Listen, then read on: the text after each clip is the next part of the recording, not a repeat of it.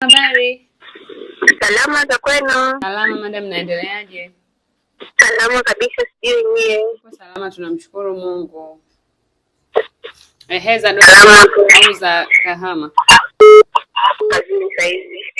Za wapi? Kama niko kazini. Kazini bado sio zile siku za kuwa na nyumbani. Tumeshamaliza nyumbani wiki 3 kwa tumesharudi huko. Okay, mnaendeleaje lakini? Tuko salama kabisa, mbada ya changamoto, hatuna shida, tunaishi vizuri. Mtoto anaendelea kukua. Mtoto anaendelea vizuri kabisa. Alikuwa mchanga. Sasa hivi ameshaanza kukaa kabisa. Jamani. Asante sana. Sasa tunakaribia kwanza kufundisha. Kwenye malezi safi yuko vizuri sana. Yani yuko vizuri sana hadi tunashukuru jamani, tunashukuru Mungu. Tunafikiria hivyo. Nakumbuka ulikuwa unaniambia kwamba akimaliza hii anaanza kuwa professional dada. Niko jamani, hiyo hela nitaweza kuafford ili kweli kuongeza contract. Niendelee naye. Nilikuwa namwambia safi jamani. Itakuwaje? Ni professional. She's yuko very calm na nidhamu. Kwanza hapa tulimwona ni kwa sababu tuna uhakika wa experience yake. Kwa hiyo tukamwambia basi tutaenda kuanza kwanza kwa level ya stage, lakini ana certificates. Nadhani uliziona hata kwenye mkataba. Niliziona yuko vizuri, yani yuko vizuri sana. Kwa hiyo akimaliza hapo tulimwambia pambana, ukimaliza na uzuri anakuimpress utapata shida, lazima utop up. Yani sio nafanyaje, Mungu tu atende. Nilikuwa namwambia jamani safi, sio inakuaje. Utapata hela, utamlipa. Amina, kwa kweli Mungu atende. Kwa sababu tuko vizuri. Kwa hiyo sasa bado unaendelea kufurahia huduma? Nafurahia sana kwa kweli. Kwenye usafi ambapo amesomea, kwa sababu tunataka pia tupate feedback kwenye upande huo. Unajua hata akija kuomba hiyo professional angalau tuone hata kwa kusomea basi anafanya kwa kiwango gani. Sijui niseme ni kitu gani ambacho akifanya. Labda kwa chores ambazo ninamuexclude, ambazo labda in case of cooking hizo ndo namtoa kwa sababu nimsaidie naona na mambo mengi ya kufanya.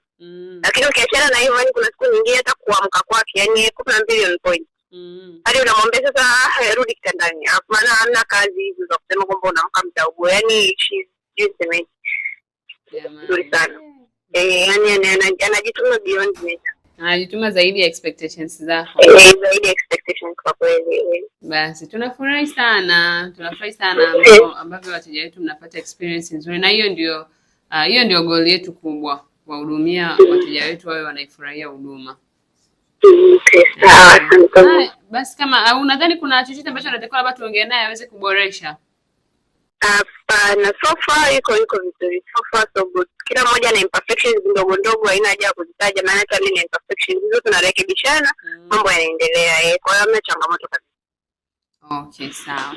Madam. Thank you.